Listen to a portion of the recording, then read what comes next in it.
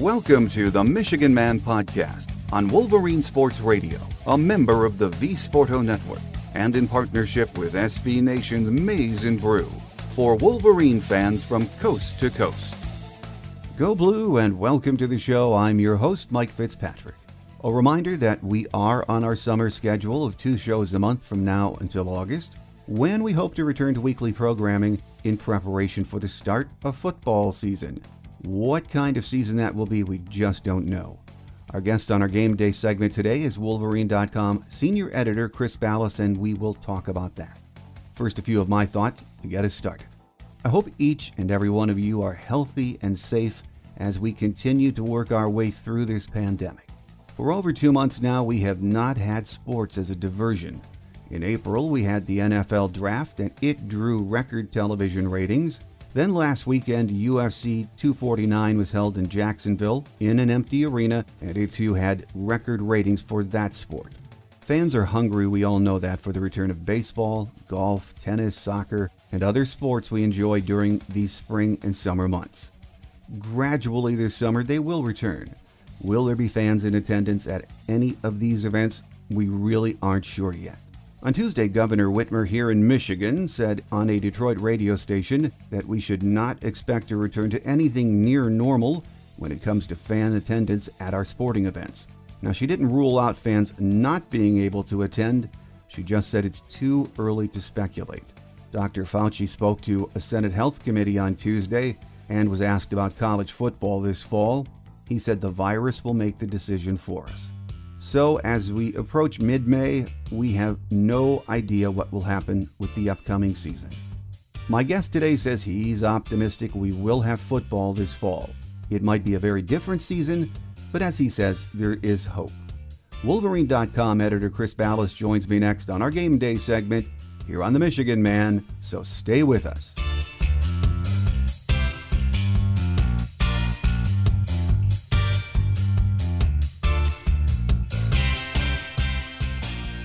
Here with us on our Game Day segment this week is Wolverine.com senior editor Chris Balas. It's been a while, Chris. Great to have you back with us. Hey, Mike. Thanks for having me, buddy. Not a lot going on, as we know, on the Michigan sports scene or anywhere else in the sports world. So we're in speculation mode, waiting to see what's going on with especially college football. Ward Manuel has been saying for weeks now, Chris, if there are no students on campus, there will be no fall sports. It's that simple. And that seems to be the NCAA's consensus too right now, doesn't it? Yeah, Mark Emmert, the president, has said the same, and it makes sense, right? The interesting part about it is going to be, what about the colleges that decide that they're going to go forward, and there are going to be some that don't, and how is that going to affect different programs? And we're already seeing the ramifications of this, and you're looking at programs. I think Western Michigan just recently cut its budget by $6 million. Head coach Tim Lester took a pay cut. What we're hearing is Wisconsin's going to suffer mightily, teams like that and programs like that. And people have to remember that, these programs, the Michigans and everywhere, they fund every other non-revenue sport on campus. I think Cincinnati cut its soccer program already. You're going to see more and more of that. And because people are, Michigan football has already lost a ton of money, and they're going to continue to lose money, especially if they play without fans for the season, for example. TV contracts go a long way, but they need that ticket revenue as well. So it's scary. These are unprecedented times, obviously. We were talking off the air, Mike. I'm glad I'm not the one making the decisions about the balance between health and economics. To me, there's a common sense element to it. There are people that you need to protect, other people that that might not be as susceptible, go about their business. But at the same time, there are liability concerns as well if you pack a bunch of people into a stadium. So I think there are still a few months before this all gets sorted out. But the one thing, like you said, Ward Manuel and Emmert and all these guys are saying is that if there are no students on campus, you're not going to have sports. So that's something that we're going to see here over the next several weeks. More and more schools are saying that they're going to have face-to-face contact in their classrooms, but there will be some that don't. And how is that going to affect things? We can only wait and see. From what I understand, 8 of the 14 Big Ten schools have said they plan on fall classes. 3 are waiting. 3 did not respond to the survey by the Chronicle of Higher Education. So at this point, with states relaxing the stay-at-home rules, hopefully testing being more widely available, it's going to take time for these schools to assess their very own situations, isn't it? It is, and they can say that they plan on it, but what happens if 2 months from now or 4 or 5 weeks from now there's another flare-up of the coronavirus, and then they're going to have to reevaluate. So it's easy to say right now that, yes, this is what our plan is, but plans change, as we all know. Nobody was planning on not having baseball this summer. Nobody's planning on the Final Four being canceled in March Madness. So we can only wait and see. I think there's a lot of good news out there, but there are a lot of people that are skeptical. And like I said, in my humble opinion, there's a balance, and you can't just open up the economy, boom, and get right back to normal without protecting the vulnerable people.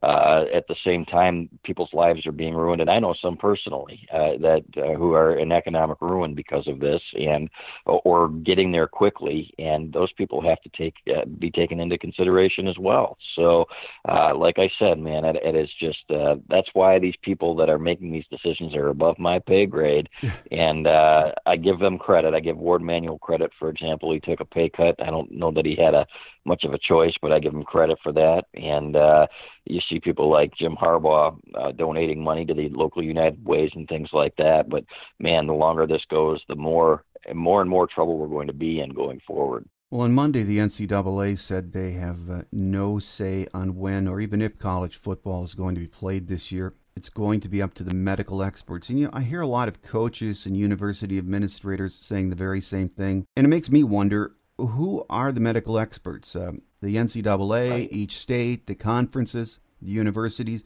Do we know ultimately who is making the decision for all of sports? Is it nationally or is it regionally? We really don't know, do we? No, we don't, and that's the thing. And there's nothing uniform about this. And we've heard the SEC say, the commissioners say that we're going to play football, and if nobody else does, we'll just play within the conference and we'll have our own season type of thing. There is no uniformity in this, and that's because of the unknown. And you know how seriously they take their football down south, right? Try telling LSU and Alabama fans that you're not going to have football this year, and see what happens. As ridiculous as that sounds, even if it becomes at the expense of safety. So that's why this is what's going to be so fascinating, and I don't know if that's the right word, but to see how different areas and different regions are affected, and what the plans are going forward, because I don't think you're going to come to a national consensus. I think, like I said, there are going to be programs that are like, okay, we're not going forward. There are going to be other ones that are like, yes, we are. And one thing that Ward Manuel said last week was the ADs haven't talked about, okay, what if only 8 of 14 schools are ready to go? Will we continue? What if it's 10 of 14? Is there a number? They don't know. They haven't gotten that far yet. They've broached the subject a little bit, but ideally, obviously, you have all 14 schools open up, and you have students on campus, and this thing is somewhat behind us. And but in terms of crowds and things like that, are some regions going to, that haven't, for example, what if one state, has no cases or has very few new cases, and another one is still, they're still flaring up? Are you going to allow fans in some stadiums and other fans not in other stadiums? I don't know. I really don't, and that's why we kind of have to wait and see. It's going to be several weeks, in my opinion. The only thing that we can hope is that this thing continues to trend down and downward, and we get to some sense of normality here, Mike, in the next several weeks. We know each conference is putting together a set of what-if scenarios for the football season and fall sports. So let's talk about some of them we've heard, and there are a lot of them floating out there. The first scenario that I hear mentioned most often and read about is, you start camp on time in August, play a full schedule with limited or no fans in the stadium. At this point, that does sound like the best case scenario, though, doesn't it? I guess so. And again, it kind of depends on what happens over the next couple of months. So maybe we'll be pleasantly surprised. I'm not expecting that, but you don't know. But I think I don't think you're going to see, for example, I think the Washington game at Washington is going to be rescheduled. And I think that they've already talked about that, to be honest with you, from some of the people that we've spoken with, and that's disappointing.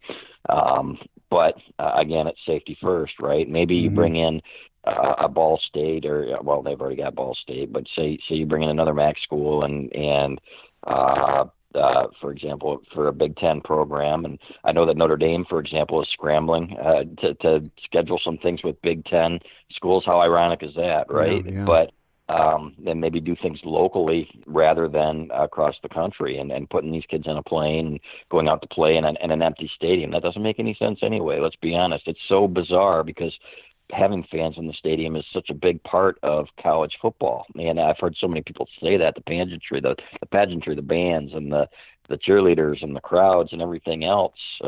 When I went down to the Big Ten tournament, and we were a couple of like 50 to 100 people in the stands right before Michigan was getting ready to play Rutgers. I'm thinking this is one of the most bizarre scenes I've ever seen here in this big arena. Yeah.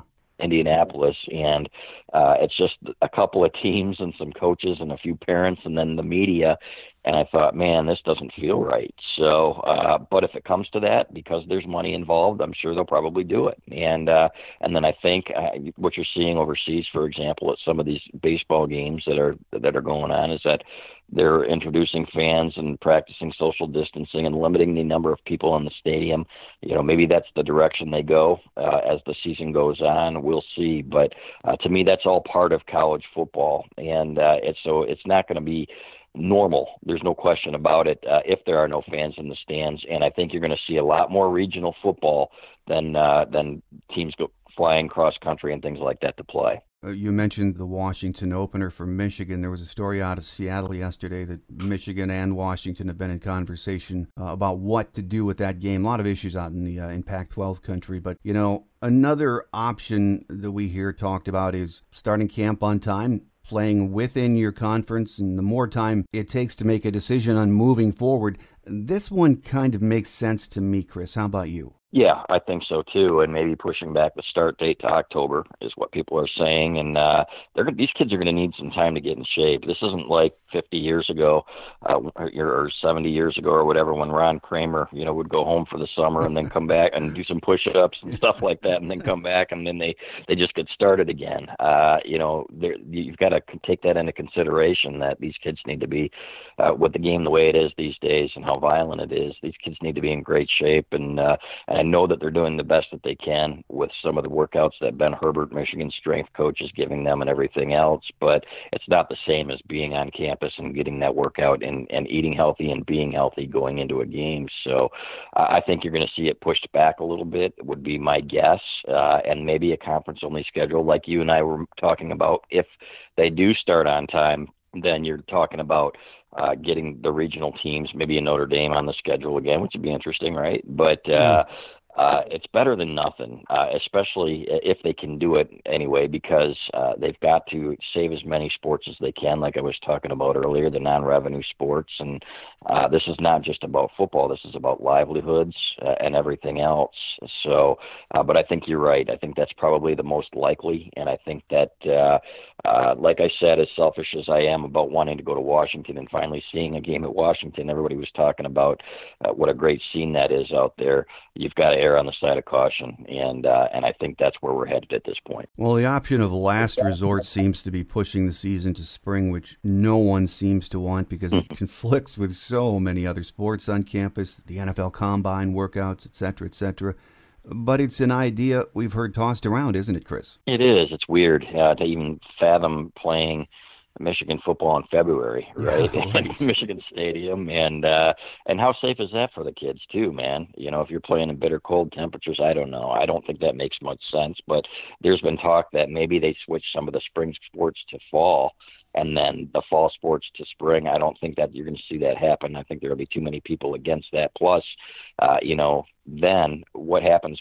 There's such a short period between the last game and the first game of the following year. I just don't. It doesn't really make a whole lot of sense to me. So I think that would be something that most coaches or a lot of programs and ADs would say no to, especially up here in the north. In the south, of course, they can get away with it because the weather's going to be fine. But maybe Maybe there are more road games. I don't know how it's going to work, but that's one of the last contingencies that we've heard of, to be honest with you, and that there's so many people against it that they don't think that's going to happen. So I would believe, based on the people that we've spoken with that are close to it, that like you said, there would be it'd be more likely that they'll play in the fall, that it'll get pushed back to October, maybe a shortened season with conference games only, and then again at the same with a lot of testing and things like that.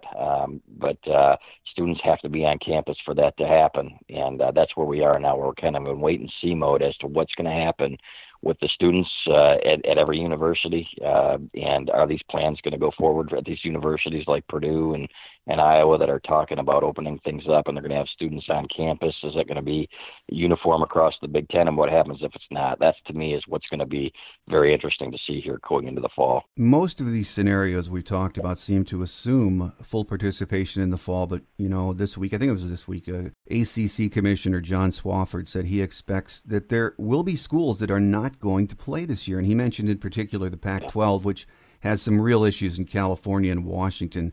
That is a very real possibility too, isn't it, Chris? It is, which is so weird, and but these are the times we live in, right? And decisions are going to be made, like I said, regionally, and a lot of it's going to be based on the testing and the numbers and everything we get, and hopefully, in a perfect scenario, this thing continues to get better and better and better, and the decision becomes easier. I don't anticipate that, because not just that, but because of the liability. What happens if kids return to practice, for example, and somebody gets it, and a couple of kids get it, and somebody gets it severely? We all know that a disease affects different people in different ways, but it only takes one kid to get it and to be very ill and infect a few other people, and then we're right back to where we're shutting things down because the liability is too high, and that's just the way it is, and that's just the reality of it. So.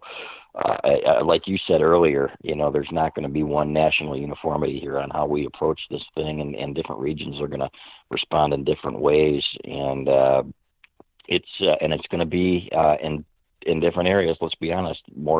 Some programs are going to err on the side of caution compared to maybe other programs down south. So it really is interesting, sadly so, in my opinion. But you know what?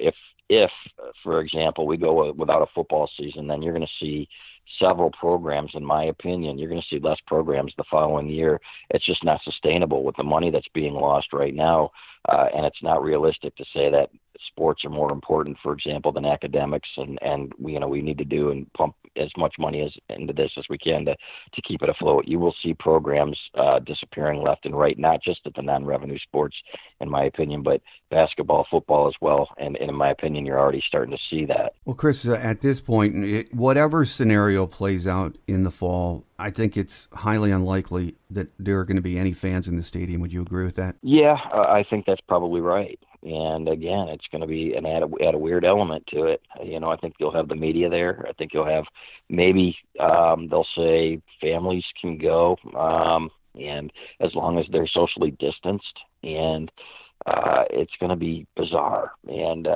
But I think that is at this point the most likely scenario, depending. And let's see what happens too, though. Like, for example, with baseball, I know that baseball is planning on opening up in July.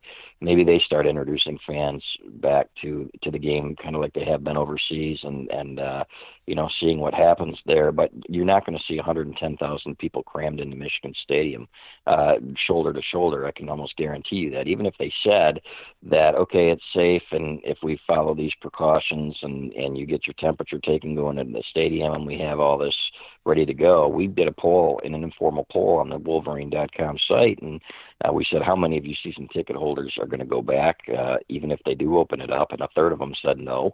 Another third of them said that we would go if we felt that the precautions were sufficient, and masks and everything else. And the other third said we'll go no matter what. So, but you're talking about the end of the 100,000 streak, which obviously is trivial in all of this, but.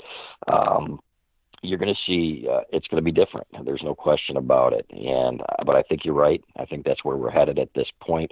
I don't think that's the best case scenario because there's still several weeks. There are months here before we get to that point. So, but I do think it's the most likely scenario at this point. Well, the revenue crunch for all sports, especially the non-revenue sports, is a real thing, and people will say, hey, there's TV money coming in, we think. But when you look around the sports reporting world, the entertainment world, whether it's the print media, electronic media, or ESPN, Fox Sports, those advertising budgets have been diminished greatly already. So with the networks possibly wanting, I'm sure they are going to want to rework those contracts. That's diminishing revenue any way you look at it, isn't it, Chris? Yeah, without question. And some of my colleagues have been furloughed, with that cover sports. And I mean, this is, like you said, the economic stuff. That's just it's unbelievable what we're seeing right now, and it's gonna continue that way.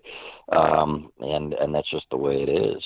So it's gonna be interesting to see how quickly this starts with what we've already, like I said about Cincinnati soccer, for example, but we know for a fact, and speaking with some of our colleagues in the Big Ten, that Big Ten schools are already planning on cutting some sports, and we're talking about big universities here, and so is it a case of only the real rich get richer because everybody else is getting poorer? I don't know. I think the Michigans will be okay. Michigan has lost $1 billion already, and that was as of a week ago. A lot of it on the medical side, but it's still money coming into the university. So I don't think you'll have an issue there. But a lot of these schools depend on that revenue, and like you talked about, the advertising revenue and the bucks from TV, that Big Ten network contract. The Big Ten network can only get by so long, Mike, with showing old replays of Rutgers versus of Louisville. TV ratings matter and advertising dollars matter. So it's scary for sure, and I feel bad for these people. It's not just about kids playing sports. It's about coaches, and it's about their livelihoods, and it's about scholarships and everything else. There are a lot of lives that involved in this, and a lot of livelihoods. So really is sad, and all we can do at this point, I think, is hope for the best. Well, football and fall sports are what we're concentrating on right now, but what to do with basketball, hockey, and the winter sports is really up in the air too, isn't it? It is, and what we've heard is from a lot of people is that they're talking about pushing that back to the start of the actual start of the year, maybe some of these seasons. And, if you push football back, then it stands to reason that you're going to push those other sports back as well. It just is what it is. So, and I actually talked to Strauss Mann, Michigan's goaltender, several weeks ago, and he's like, he was talking about working out in his garage and things like that and trying to stay in shape and wondering, what's next for us as well. And, it really makes you wonder about where this thing is headed as well. We do expect that, there will be seasons. I don't think there's any question about it. And that's the way that they're progressing, and that's what they're planning for. But it'll be fascinating to me, for example, with basketball. If basketball were to start in January, you look at a lot of these recruits, these one-and-done kids at schools all over the country, how many of them are just going to bag it and say, well, forget this. Why would I play for, 2 or 3 months? I'm going to prepare for the NBA, or I'm going to go to the G League. We're going to see more and more of that. These are going to be some of the ramifications, in my opinion, that we see in that as well. So it's crazy. It's going to be interesting to see how it affects recruiting in that sense. And but again, I think that's what we're headed toward at this point, is that late starts for the seasons. If football gets pushed back from the people that we've spoken with, that's obviously going to be the case for the hockeys and the basketballs as well. Well, then there are the spring sports. Players could be granted an extra year's eligibility. Softball, baseball, track. Their seasons were shut down as they were getting started. And you'll still have an incoming freshman class in all of those sports this fall. So you say to yourself, what do we do with them? Redshirt them? It sort of makes your head hurt to think about the work itself that has to be done, I haven't heard many answers on how that's going to roll out. No, but it made no sense to me when they were talking about basketball in that respect, too. You know, okay, let's give these kids that have played most of their seasons, and that's not going to happen, obviously.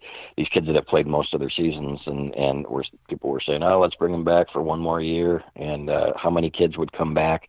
The NBA kids are going to go to the NBA, right? They're ready to get their careers going, and but you're right. There are going to be so many things to consider when you talk about how many kids you're going to have on scholarship and what kids are coming there. The freshmen are coming there with the promise that, hey, you know, this is where you fit, and you know, you're not going to be part of a 30-man team or something like that on a team that has 20 players. And so I don't know how it's going to work, but it's a mess, and that's why I think we're so still. No matter what happens over the next couple of months, barring a miracle, you know, we're going to be feeling the effects of this for a few years at least, and probably much longer than that with all of the sports that we're going to lose and how things shake out. Well, as we've been discussing, we don't know what's going to happen with football, really any of our pro sports either, moving forward this year. But even with a limited schedule, maybe even no fans, it will still be good to get them back. And I think it would give us hope, and, you know, even in a small way, that we will beat this pandemic, we will rebuild our economy. At a time like this, we need that hope that sports brings us, don't we, Chris? Yeah, it's something, right? And being cooped up for a couple months and several weeks, and without sports, I think we realize how important it is, and then how much we miss it. In the grand scheme of things, it's not as important, obviously, as people's lives, but it's something that, in my opinion, that we need. And it's not just about entertainment. It's about people's lives and their livelihoods and things like that. So there's no question that it's going to come back in some form. We just don't know what that is yet. We all have to be patient and kind of wait and see. And I'm as anxious as anybody. My livelihood depends on it, obviously. We need football. At the same time, I am not callous enough to say, okay, we need to do this at any expense. Lives come first, and people's lives and health come first. So just praying for the best here over the next several weeks. Chris, one more question before we let you go. One thing that I and most of my listeners look forward to every summer is our Wolverine preview issue. Is it still coming out on time? It is, and we've actually done some interviews already, and we're working on that right now, and there are a lot of people willing to talk. I had a great talk with John Jansen the other day, Michigan's former All-American offensive lineman, does a great podcast called In the Trenches. Mm-hmm. If people haven't listened to it yet, I got his take on the offensive line. We still have our sources, and we're going to be able to reach out to these people and talk to these people. It should be as good as ever, to be honest with you, even though there was no spring ball. A lot of it used to be about, you know, what happened in the spring and who moved to the top of the depth chart. Now, your summer, if they start a little bit earlier, and I think they'll let them if it comes to that, have a little bit more practice time. That will be the time that positions are sorted out and everything else. But there's still plenty to write about, and I appreciate you asking, man, because that's a labor of love, and we're on it right now. Absolutely. It is the best. I have it with me all season as I'm preparing for the podcast. It's just invaluable, so we look forward to that. With us today on our Game Day segment has been Wolverine.com senior editor Chris Balas. Hopefully the next time we have you on the show, things are better, and we're focusing on a football season in some form or fashion in the coming months. So be healthy, take care, and we look forward to that next visit. You too, Mike. Thank you very much. Thanks again to Chris Balas for joining us today. He is always a great guest. Our next show will air on May 27th. Steve Lorenz from 24/7 Sports will be here with the latest Michigan football news and, of course, his recruiting update. So mark that on your calendar. Remember, you can find our free show app in the Google Play and iTunes stores. We can also be heard on Spreaker, Radio.com, Spotify, iHeartRadio, and Stitcher. That will do it for this week. Thanks for joining me, everyone, and make sure you tell your friends and family about the show when you get a chance. I'm your host, Mike Fitzpatrick. Have a great Wolverine week, everyone. Until we meet again, be safe, take care, and as always, go blue. Thanks for joining us today on The Michigan Man, here on Wolverine Sports Radio, a member of the V Sporto Network, and in partnership with SB Nation's Maize and Brew. Our listener lines are open 24/7 for your calls at 313-263-4842. That's 313-263-4842. Or email us at themichiganmanpodcast@yahoo.com. That's themichiganmanpodcast@yahoo.com. The Michigan Man Podcast is produced at the studios of Robin Lynn Productions, Allen Park, Michigan, and is not affiliated with the University of Michigan. Go Blue!